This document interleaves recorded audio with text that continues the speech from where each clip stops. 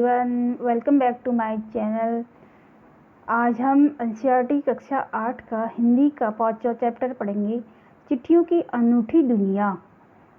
यह अनूठी दुनिया किस चीज़ की है? चिट्ठियों की। पहले से लोगों के पास जो है अपने संदेश या अपने बात को इधर से उधर पहुंचाने का जो जरिया था वो क्या था? पत्र थे, जिसको चिट्ठियाँ भी बोला जाता है। तो आइए आज हम इस अनोखी चिट्ठियों के बारे में पढ़ेंगे। और चिट्ठियाँ जब पत्र लिखा जाता था तो उसमें बहुत अच्छा संतोष मिलता था एक दूसरे को अपनी वार्तालाप भेजने के लिए। तो जाने इसके बारे में। इस जो लेख है, यह जो चैप्टर है, इसमें लेखक ने चिट्ठियों की अनूठी दुनिया के बारे में वर्णन कर यह बताना चाहा है कि भले ही आज जो है संचार के साधनों में दिन प्रतिदिन वृद्धि हो रही है, लेकिन चिट्ठियाँ की जो दुनिया थी वह बहुत निराली थी, बहुत अच्छी थी। फैक्स, एसएमएस, दूर संचार, दूरभाष, ईमेल कितना भी अपना प्रभुत्व, अपना जो है राज जो है जमा ले, लेकिन चिट्ठियाँ सर्वश्रेष्ठ थी और रहेंगी। मानव सभ्यता के विकास में पत्रों ने विशेष भूमिका निभाई है। तो हम इस बारे में देखेंगे। पत्रों की दुनिया भी अजीबोगरीब है और उसकी उपयोगिता हमेशा से बनी रही है। पत्र जो काम कर सकते हैं वह संचार का आधुनिकतम साधन नहीं कर सकता। यहाँ पर बताया है कि चिट्ठियाँ जो अजीबोगरीब और उसकी उपयोगिता हमेशा बनी है, वह जो है जो काम पत्र कर सकता है वह दूर संचार के साधन अभी तक नहीं कर सकते हैं। जैसे पत्र में जैसा संतोष मिलता है वह फ़ोन, एसएमएस, इन चीज़ों में नहीं होता है। पत्र एक नया सिलसिला शुरू करते हैं और राजनीतिक, साहित्यिक तथा कला के क्षेत्र में तमाम विवाद और नई घटनाओं की जड़ भी पत्र ही होते हैं। क्या करते हैं ये पत्र? हर चीज़ में जो है आगे रहते हैं। कला के क्षेत्र में, राजनीति के क्षेत्र में, और तमाम नई घटनाओं की जड़ भी पत्र ही होती है। दुनिया का तमाम साहित्य पत्रों पर केंद्रित है। जो हमारा हिंदी साहित्य है यह कहाँ पर केंद्रित है? पत्रों के माध्यम से केंद्रित है।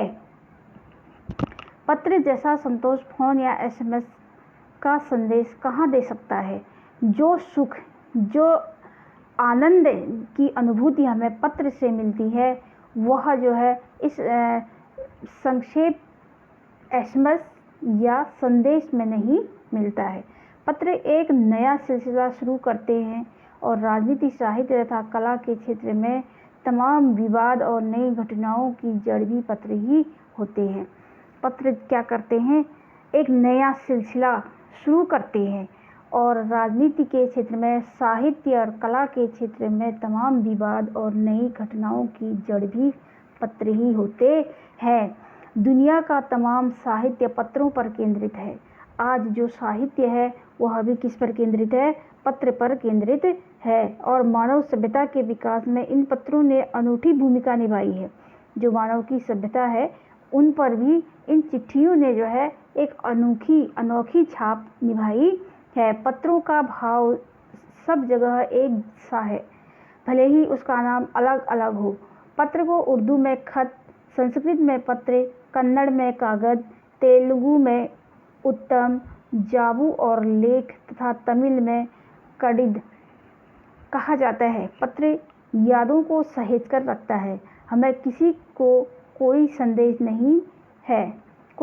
नहीं है कि पत्र क्या करते हैं। बहुत पुरानी चिट्ठियों को भी हम सहेज करके रख सकते हैं और जब उसकी ज़रूरत पड़ती है तो उसको हम निकाल करके दोबारा से उसका अध्ययन कर सकते हैं कि उस टाइम पर उसमें क्या लिखा था, यह हम पढ़ सकते हैं, जो हम एसएमएस को इतने सालों तक सहेज करके नहीं रख सकते हैं।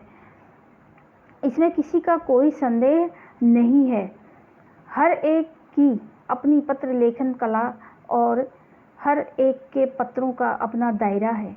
हर आदमी अपने अपने पत्रों को अपने हिसाब से लिखता था, अपनी कला के हिसाब से अलग अलग कलाओं को दिखा करके लिखते थे। और एक के पत्रों का अपना दायरा था। अपना दायरा मतलब अपनी बात को कहाँ तक वह लिख सकता है और वह क्या कहना चाहता है, क्या लिखना चाहता है, यह उसका एक दायरा था। दुनिया भर में रोज़ करोड़ों पत्र एक दूसरे को तलाशते तमाम ठिकानों तक पहुंचते हैं। दुनिया भर में पहले क्या होता था, दुनिया भर में चिट्ठियां ही एक दूसरे के माध्यम थी,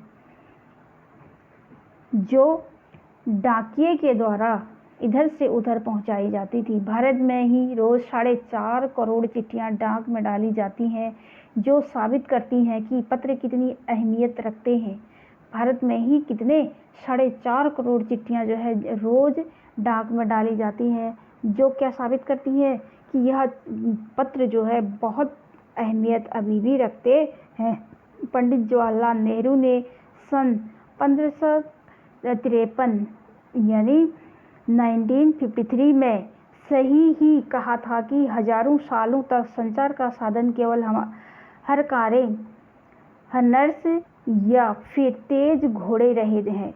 पहले क्या थे, संचार के साधन घोड़ों के माध्यम से इधर से उधर भेजे जाते थे। उसके बाद पहिए आए, उसके पश्चात जो है गाड़ियों का आविष्कार हुआ, पहियों का आविष्कार हुआ, पर रेलें और तार से भारी बदलाव आया।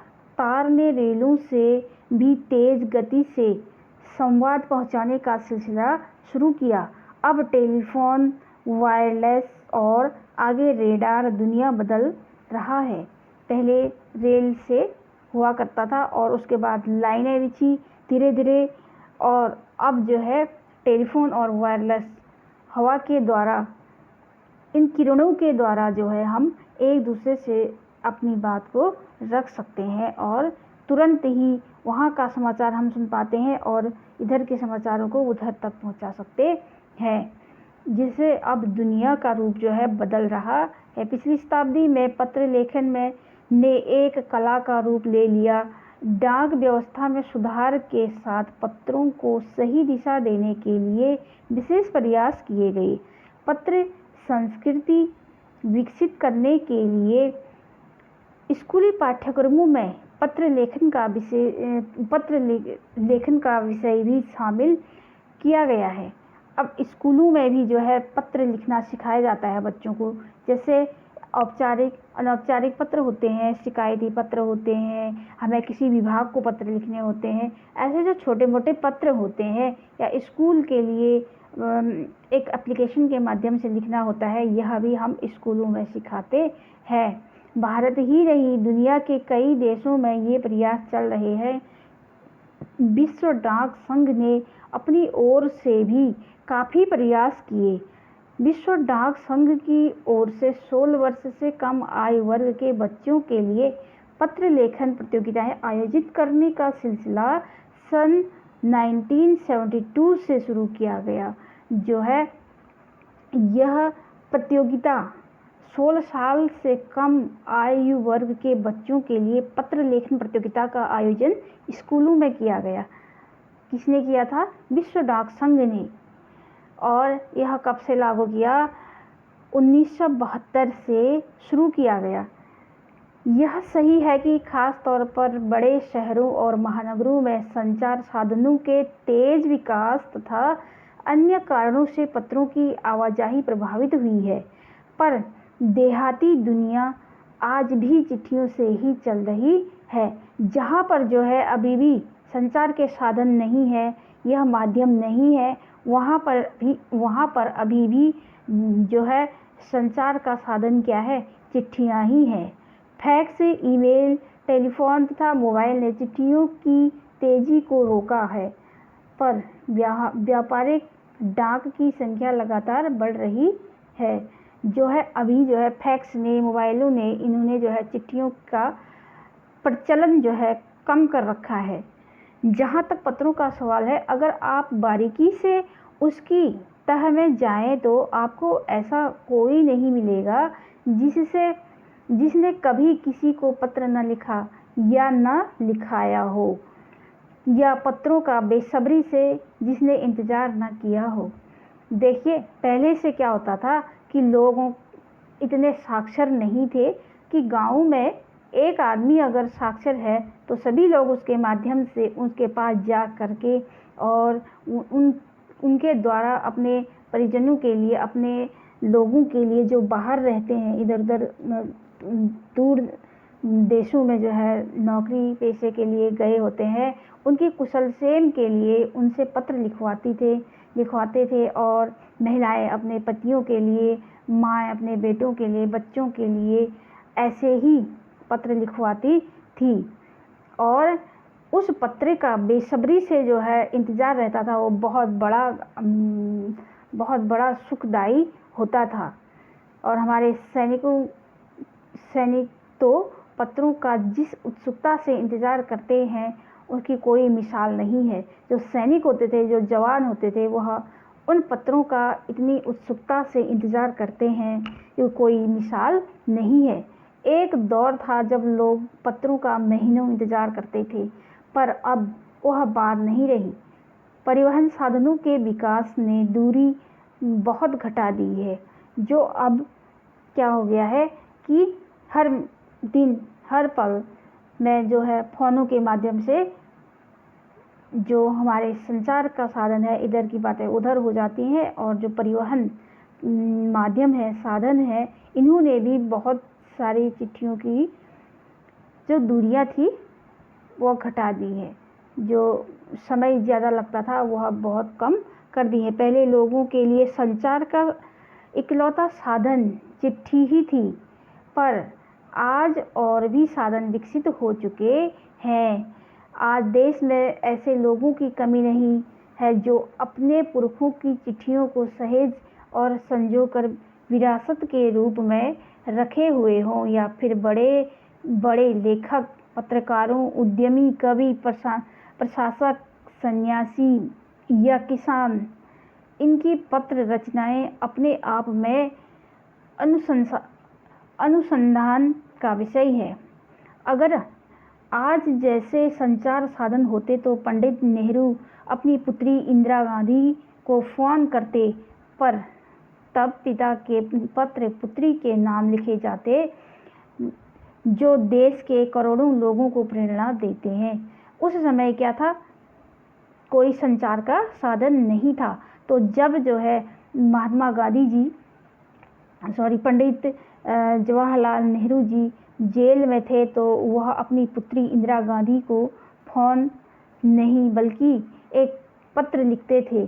उस पत्र को पिता के पत्र पुत्री के नाम लिखे जाते थे और जो करोड़ों लोग को प्रेरणा देते थे। पत्रों को तो आप सहेज कर रख सकते हैं, पर SMS संदेशों को आप जल्दी ही भूल जाते हैं। सही बात है कि हम लोग जो अभी पढ़ते हैं SMS, उसके बाद उसको तुरंत डिलीट भी कर देते हैं और हम उसको भूल जाते हैं। लेकिन जो चिट्ठियाँ होती थी उनको हम सहेज करके रखते थे, और कभी पुरानी यादों को ताज़ा करने के लिए हम लगभग उन्हें देख लेते थे, तो बड़ा एक आनंद की अनुभूति होती थी। कितने संदेशों को आप सहेज कर रख सकते हैं। तमाम महान हस्तियों की तो सबने बड़ी यादगार या धरोहर उनके द्वारा लिखे पत्र ही है।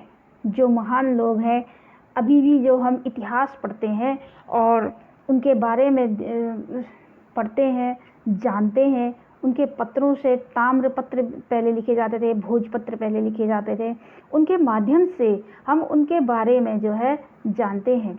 भारत में इस श्रेणी में राष्ट्रपिता महात्मा गांधी को सबसे आगे रखा जा सकता है। दुनिया के तमाम संग्रहालय यानी जानी मानी हस्तियों के पत्रों का अनूठा संकलन भी है।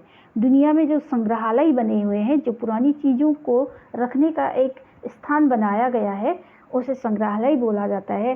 तो वहाँ पर अभी भी जो है पत्र भी रखे गए हैं। तमाम पत्र देश, काल और समाज को जानने समझने का असली पैमाना है।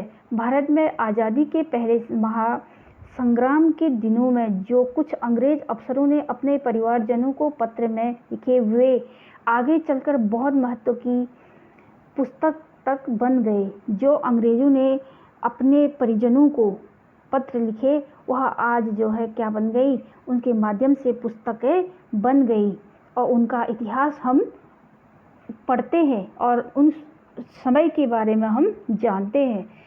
इन पत्रों ने साबित किया कि यह संग्राम कितनी ज़मीनी मजबूती के लिए हुआ था। वही पत्र जो है हमें बताते हैं कि जो यह संग्राम हुआ था भारत में, अंग्रेजों ने आक्रमण किया था, यह क्यों किया था, इसलिए किस लिए किया था, क्या इसकी जड़ थी, ये सारी चीज़ें हम उसी पत्रों के माध्यम से जानते हैं। महात्मा गांधी के पास दुनिया भर के से तमाम पत्र केवल महात्मा गांधी इंडिया लिखे आते थे और वे जहाँ भी रहते थे वहाँ तक पहुँच जाते थे। आज़ादी के आंदोलन की कई अन्य दिग्गज हस्तियों के साथ भी ऐसा ही था। गांधी जी के पास देश दुनिया से बड़ी संख्या में पत्र पहुंचते थे, पर पत्रों का जवाब देने के मामले में उनका कोई जोड़ नहीं था। कहा जाता है कि जैसे ही उन्हें पत्र मिलता था, उसी समय वे उसका जवाब लिख करके भेज देते थे। हजारों अलग अलग देशों से अलग अलग मामले में उनके लिए पत्र आते रहते थे और वह उसी का जवाब तुरंत उनको भेज देते थे। अपने हाथों से ही ज़्यादातर पत्रों का जवाब देते थे। जब लिखते लिखते उनका दाहिना हाथ दर्द करने लगता तो वे बाएं हाथ से लिखने में जुट जाते थे। देखिए, महात्मा गांधी की विशेषता थी कि वह अगर एक हाथ उनका थक जाए तो दूसरे हाथ से भी वह लिख सकते थे। महात्मा गांधी ही नहीं, आंदोलन के तमाम नायकों के पत्र गांव-गांव में मिल जाते हैं। पत्र भेजने वाले लोग उन पत्रों को किसी प्रशस्ति पत्र से कम नहीं मानते। प्रशस्ति पत्र क्या होता है? जब कोई अच्छा कार्य करते हैं तो उनको एक पत्र दिया जाता है, उसका नाम होता है प्रशस्ति पत्र। तो उनके बारे में बड़ी अच्छी बातें उसमें लिखी होती है। ऐसे ही उसमें भी यह पत्र को एक प्रशस्ति पत्र के बराबर की मान्यता दी जाती थी। कई लोगों ने तो उन पत्रों को फ्रेम कराकर रख लिया है और यह है पत्रों का जादू। उस समय जो पत्र अच्छे लगते थे तो उनको कई लोग जो है फ्रेम करा करके और अपने घर पर सहेज करके संभाल करके रखे रहते थे। यही नहीं, पत्रों के आधार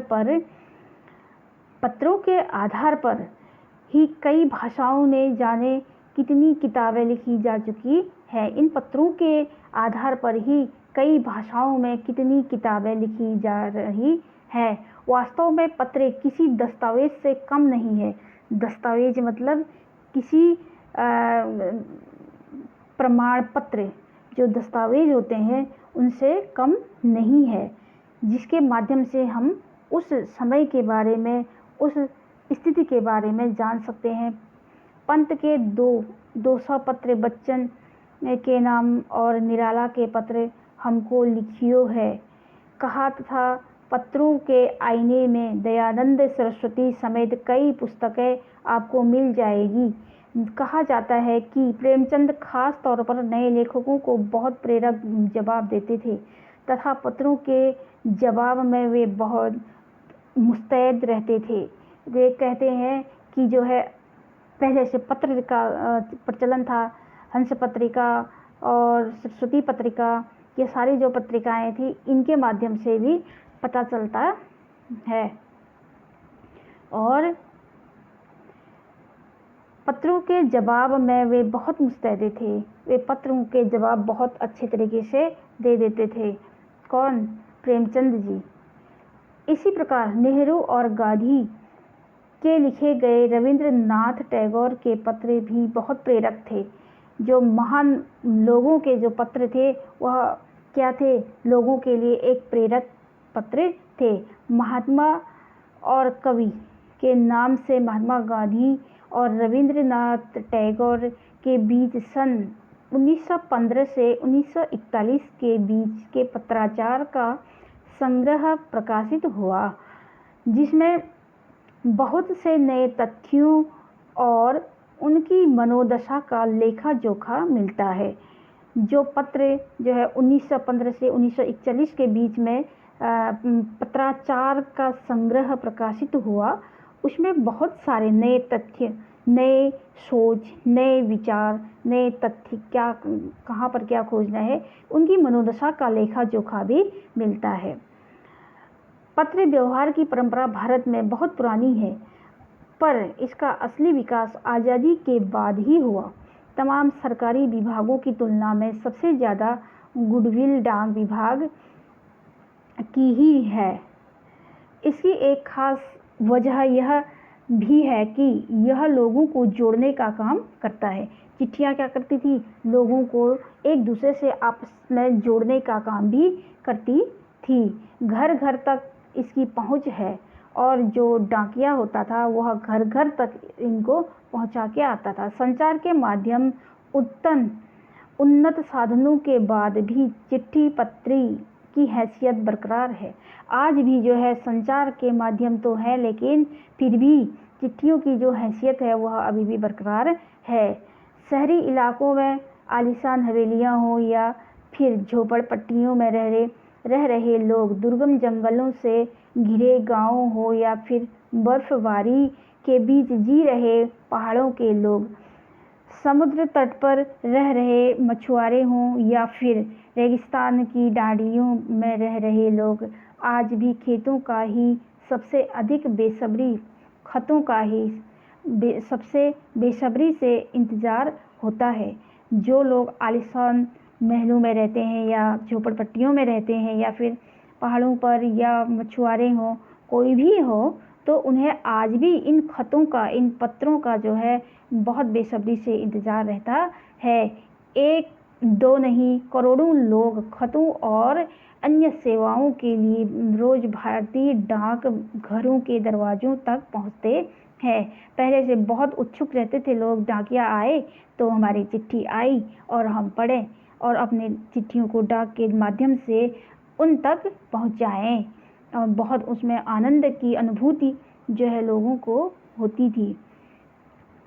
इसकी बहुआयामी भूमिका नज़र आ रही है। दूर देहात में लाखों गरीब घरों में चूल्हे मनी ऑर्डर अर्थव्यवस्था से ही चलते हैं। तो पहले क्या होता था, मनी ऑर्डर आता था और लोगों के पैसे जो है वो भी डाक के द्वारा माध्यम से जो है आते थे, और डाकिया उनके घर घर जा कर के उन्हें दे करके आते थे। उसी को हम मनी ऑर्डर कहा जाता था।